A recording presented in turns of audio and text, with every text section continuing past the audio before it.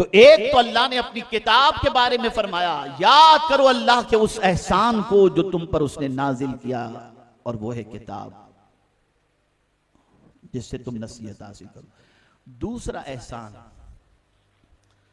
अल्लाह ने फरमाया, लक़द मन्नल्लाहु अलल मुमिनीन इज़ बअस फ़ीहिम रसूला, बेशक अल्लाह ने मोमिनों पर एहसान फरमाया जब उनमें अजमत वाले रसूल को मबऊस फरमाया। पता चला कुरान जिस तरीके से एहसान है अल्लाह का, ऐसे ही मुस्तफा जान रहमत सल्लल्लाहु अलैहि वसल्लम भी अल्लाह की बहुत बड़ी नेमत, और मोमिनों पर अल्लाह का एहसान है कि उसने अपना महबूब हमें अता फरमाया।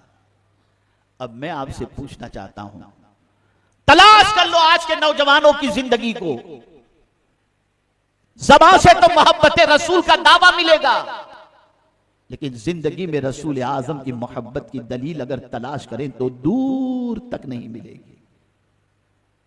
आप मुझे बताओ, आकाए करीम सल्लल्लाहु अलैहि वसल्लम कितनी बड़ी नेमत है।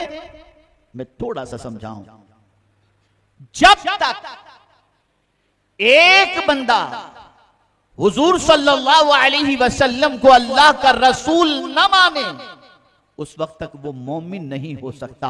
पता चला ईमान वाला होने के लिए जैसे खुदा को एक मानना है, ऐसे मोहम्मद अरबी को भी अल्लाह का रसूल मानना है। तो इस नेमत को मानने के बाद ही हम अल्लाह अज़्ज़ व जल्ल की बारगाह में ईमान वाले कहलाएंगे। और फिर ये नेमत कैसी है, सुभान अल्लाह, हुजूर कितनी बड़ी नेमत है, कितनी बड़ी नेमत है। यही वो नेमत हैं जिनके सदक़े में सारी नेमतें अल्लाह ने अता फरमाई। अगर हुजूर को पैदा करना मकसूद न होता तो हमें कोई चीज न मिलती। अल्लाह ने जो कुछ भी दिया है वो हुजूर सल्लल्लाहु अलैहि वसल्लम के सदक़े में दिया है। इसीलिए मेरे प्यारे आका सल्लल्लाहु अलैहि वसल्लम के प्यारे दीवानों, रसूल गिरामी वक़ार सल्लल्लाहु अलैहि वसल्लम से ऐसा नहीं कि बाप से ज्यादा मोहब्बत करनी चाहिए, ऐसा नहीं कि माँ से ज्यादा मोहब्बत करनी चाहिए, ऐसा नहीं कि रिश्तेदार से ज्यादा मोहब्बत करनी चाहिए, ऐसा नहीं है कि इंसानों से ज्यादा मोहब्बत करनी चाहिए, बल्कि सुनो, सारी कायनात के इंसानों से ज्यादा हुजूर से तो मोहब्बत करनी ही है, बल्कि अपनी जान से भी ज्यादा हुजूर से मोहब्बत करना यह जरूरी है। जब तक ऐसी मोहब्बत नहीं होगी हम कामिल मोमिन नहीं हो सकते। अपनी जान उससे ज्यादा हुजूर से मोहब्बत, जी हां, इसलिए कि तुम्हारी जान को तुम्हारी जान कयामत में नहीं बचाएगी। तुम्हारी जान में तुम्हारा हाथ भी है, पैर भी है, ये तुम्हारा वजूद है ना। हाथ से कितने गुनाह किए, ज़बान से कितने गुनाह किए, पैर से कितने गुनाह किए, इनके जरिए तुम लज्जत हासिल करते रहे, और कयामत में ये सब तुम्हारे खिलाफ गवाही देंगे। हाथ बोलेगा, पैर बोलेगा, ज़बान बोलेगी, आंख बोलेगी, कान बोलेगा, इसने ये गुनाह किया।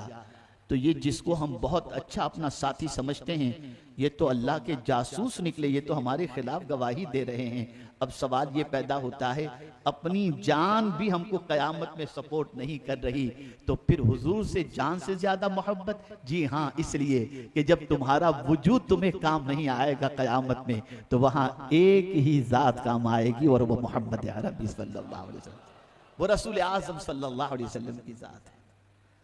सबने सफे महशर में ठुकरा दिया हमको, ए बेकसों के वाली अब तेरी दुहाई है। आप जरा सोचो, यही वजह है कि सहाबा की जिंदगी उठाकर देखो, ताबईन की जिंदगी उठाकर देखो, औलियाए कामिलीन की जिंदगी उठाकर देखो।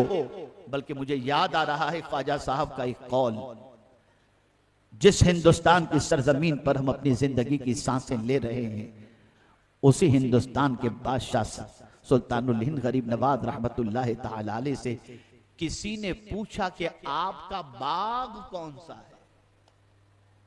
बाग इसलिए कि ख्वाजा साहब हमेशा फ्रेश नजर आते थे। कोई धमकी देता था तब भी टेंशन नहीं लेते थे, कोई उठने के लिए कह देता था तब भी टेंशन नहीं लेते थे, कोई मारने की धमकी देता था तब भी टेंशन नहीं लेते थे, हमेशा फ्रेश नजर आते थे। तो आदमी फ्रेश तो उस वक्त होता है जब गार्डन बार्डन की सैर करके आए, ताजी हवा लेकर के आए तो फ्रेश रहता है। तो पूछने वाले ने पूछा, ख्वाजा साहब आपका बाग कौन सा है? अब सुनिए गरीब नवाज ने क्या फरमाया। इरशाद फरमाते हैं, मेरा बाग कुरान है और उस बाग की बहार मोहम्मद अरबी सल्लल्लाहु अलैहि वसल्लम है। यानी अगर तुम जानना चाहते हो कि मैं फ्रेश कैसे हूं तो सुनो, मैं कुरान पढ़ता हूं, अल्लाह मुझे फ्रेश कर देता है। मैं मुस्तफ़ा प्यारे की मोहब्बत में जिंदगी गुजारता हूं, अल्लाह मुझे सुकून की दौलत। और खुद इमाम इश्क मोहब्बत ने इसीलिए तो कहा, उनके निसार कोई कैसे ही रंज में हो, जब याद आ गए हैं सब गम भुला दिए हैं। ए रसूल आज़म सल्लल्लाहु अलैहि वसल्लम के दीवानों, ये दो बहुत बड़ी नेमतें हैं जिसे अल्लाह ने देकर एहसान जताया। ऐसा नहीं कि सिर्फ दो ही पर एहसान जताए, और भी बहुत सारी नेमतें हैं जिसके बारे में अल्लाह ने ताकीदन फरमाया कि मेरे इस एहसान को याद करो, मेरी इस नेमत को याद करो। ऐ रसूल आज़म सल्लल्लाहु अलैहि वसल्लम के प्यारे दीवानों, लेकिन मैं इन दो चीजों का तस्करा इसलिए कर रहा हूं कि ये दो चीजें असल हैं, ये दो चीजें बहुत बड़ी नेमत हैं। इन दो चीजों से ताल्लुक अगर मजबूत हो जाए तो इस जमीन पर जिंदगी गुजारने वाला इंसान कामयाबी और कामरानी से हमकनार हो जाएगा, उसकी जिंदगी में सुकून पैदा हो जाएगा, उसकी जिंदगी में इत्मीनान पैदा हो जाएगा। बल्कि अगर थोड़ा सा आगे बढ़ करके कहूं तो जिएगा भी इत्मीनान से, मरेगा भी इत्मीनान से, और मैशर के अंदर भी वो इत्मीनान के साथ।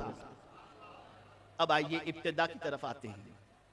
आप जानते हैं कि मैं थोड़ा सा वक्त का पाबंद हूं, इसलिए मैं ज्यादा टाइम नहीं लूंगा, वक्त के अंदर ही समेटने की कोशिश करूंगा।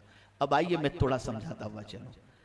हम तो अभी तक खुद को अक्लमंद समझते थे कि पैसा कमाने की आवड़त हमारे अंदर है। हम अपने आप को बहुत अक्लमंद समझते थे कि हमारा हाल ये है कि हम एक जो है वो एजुकेशन के अंदर, रिसर्च के अंदर बहुत आगे निकल चुके हैं।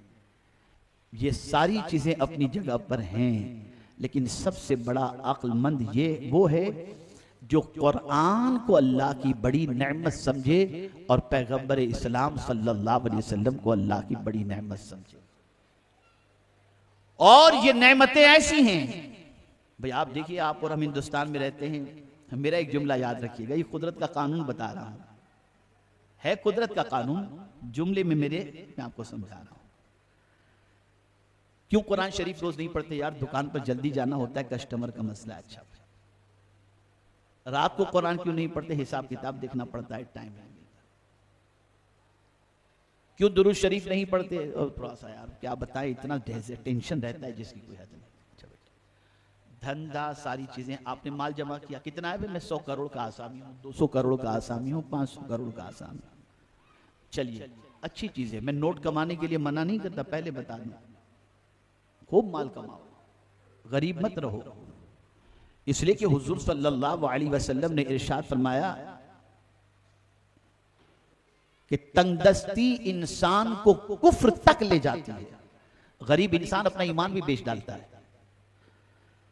इसलिए मैं ये नहीं कहता कि आप माल ना कमाओ, लेकिन मैं आपको समझाना चाहता हूं, बहुत कमाया आपने लेकिन कुरान पढ़ने का टाइम नहीं मिला, बहुत कमाया आपने दुरूद शरीफ पढ़ने का टाइम नहीं मिला, बहुत कमाया आपने कुरान के रास्ते पर चलने का टाइम नहीं मिला।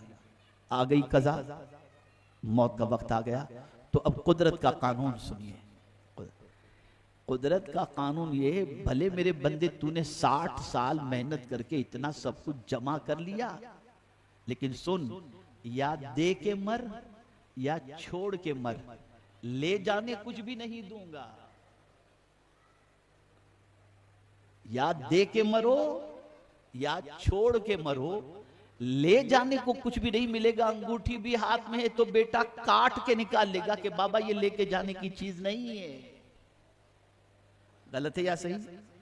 जवाब दे मेरी बात का। पहनी है आपने रोलेक्स पहनी है, निकाल लेगा बेटा। मां अगर दे के मरो या छोड़ के मरो तो मौला फिर हमारे साथ कब्र में आएगा क्या? क्या लेके जाएंगे? बंदे कुरान पढ़, ये कुरान तेरे साथ कब्र के अंदर आएगा। नमाज पढ़, नमाज तेरे साथ कब्र के अंदर आएगा, नमाज आएगी। दुरूद पढ़, ये दुरूद तेरे साथ कब्र के अंदर आएगा। अल्लाह अकबर। आप मुझे बताओ, जिसे छोड़ करके जाना है उसके लिए हमने कुरान पढ़ना छोड़ दिया, जिसे छोड़ करके जाना है उसके लिए हमने दुरूद पढ़ना छोड़ दिया, जिसे छोड़ करके जाना है उसके लिए अल्लाह की इताअत करना हमने छोड़ दिया, और जिसे लेके जाना है उसे भी हमने छोड़ दिया। इसलिए करबला ने दर्स दिया हमें। इमाम हुसैन के हवाले से आपने सुना कि नेज़े पे सर था, तब भी वो सर कुरान की तिलावत कर रहा था। ये है, ये दर्स है इमाम हुसैन का। बुरा मत लगाइएगा, टनाटन सुन्नी हूं अल्हम्दुलिल्लाह, सरकार हुज़ूर मुफ्ती आज़म इंद रहमा का गुलाम हूं, लेकिन ये बताना मेरे लिए जरूरी है कि मैं आपको थोड़ा सा अब हकीकत की तरफ लेकर के आऊं। इमाम हुसैन ने इसलिए कुर्बानी नहीं दी कि आप उनके नाम पे खिचड़ा बनाओ और नमाजें छोड़ दो ना। आप जरूर खिचड़ा बनाओ, आप जरूर शरबत पिलाओ। मैं खुद भी अपने घर पर अल्हम्दुलिल्लाह बहुत बड़ी शरबत की नियाज करता हूं माह मुहर्रम, जरूर करो। लेकिन अगर नमाज छोड़कर, मिशन हुसैन छोड़कर, तरीक़े इमाम हुसैन छोड़कर और पैगाम इमाम आली मकाम को छोड़कर अगर हमने जिंदगी गुजारी तो याद रखें इससे इमाम हुसैन खुश नहीं हो सकते। बस आखिरी बात अर्ज करके मैं अपनी गुफ्तगू को खत्म करता हूं। इमाम हुसैन ने इसलिए सब कुछ लुटा दिया ताकि हमारा ईमान भी महफूज रहे और हमारा तरीक़े जिंदगी भी महफूज रहे और हम अमाले सालिहा के पैकर बन जाएं, ताकि मुस्तफ़ा जान रहमत सल्लल्लाहु अलैहि वसल्लम की कुर्बत भी नसीब हो और खुशनुदी भी नसीब हो। हमने ये किया, जो चीज नफ्स को अच्छी लगती है वो बुजुर्गों के नाम से करना शुरू कर देते हैं, और जो नफ्स पर भारी होती है वो कहते हैं वो है ना हमको बख्शवा लेंगे। मेरे भाई, आसान नहीं है ये सब कुछ, आपको और हमको अमल के मैदान के अंदर कदम रखना होगा। गौसे पाक रज़ी अल्लाह तआला अन्हु माँ के पेट से वली बन करके पैदा हुए, फिर भी गौसे पाक 40 साल तक इशा के वुजू से उन्होंने फज्र की नमाज अदा फरमाई। तो क्या गौसे पाक नहीं जानते थे कि मैं वली माँ के पेट से पैदा हुआ हूँ, अब क्या है, जन्नत तो मेरी हो गई, अब तो कोई टेंशन की बात नहीं। गौसे पाक ये दर्स दे रहे हैं कि हजार अल्लाह अज़्ज़ा व जल्ल ने बुलंदी का मकाम अता कर दिया हो, लेकिन हमारे लिए जरूरी है कि हम अल्लाह की बंदगी के अंदर अपने वक्त को खर्च करें। तो करबला का पैगाम बस ये दो चीजों को मैं जरिए आपको समझा दूं। हालांकि आयात के अंबार है मेरे सामने कि मैं उसके जरिए आपको बता सकूं कि अल्लाह के एहसानात क्या क्या हैं, लेकिन मैं सिर्फ दो ही जामे एहसानात का तस्करा आपके सामने कर रहा हूं। एक है कुरान और एक है साहिब कुरान। इससे ताल्लुक को मजबूत कर लो, इंशाअल्लाहुल अज़ीम दुनिया भी संवर जाएगी और आखिरत भी। और समझाने के लिए अर्ज करूं, कभी ये न कहना कि मेरे पास तिलावत का टाइम इसलिए नहीं था कि मैं दुकान पर मुझे लेट हो रहा था, कस्टमर छूट रहा था। नहीं नहीं, नमाज इसलिए मैंने छोड़ दी कि गाहक कभी भी न करें, इसलिए कि मेरा ये जुमला जहन में रखो, इस दुनिया से जाते वक्त कुदरत का कानून है, दे के मरो या छोड़ के मरो, जितना जमा किया है वो कब्र में नहीं आएगा। कब्र में अगर कोई चीज आएगी तो वो नेकियां आएंगी, हुजूर की मोहब्बत आएगी, कुरान शरीफ की तिलावत आएगी। इसलिए नेकियों के आदी बनो और गुनाहों से बचो। कभी कभी मैं अपनी कौम से कहता हूँ कुरान पढ़ो, तब भी अंदर से दिल रोता है कि जरा पूछूं कितनों को कुरान पढ़ने आता है, जरा पूछूं तो पता चलता है कि कुरान पढ़ना भी नहीं आता, इल्ला माशाअल्लाह। इतनी बड़ी नेमत जिसका जिक्र अल्लाह ने कुरान शरीफ में खुद किया, उस अजीम नेमत से फायदा उठाने का तरीका हमें नहीं आता। खुदा के बंदो, इस नेमत की कद्र करो और अल्लाह के इस एहसान पर अपने करीम का शुक्र अदा करो।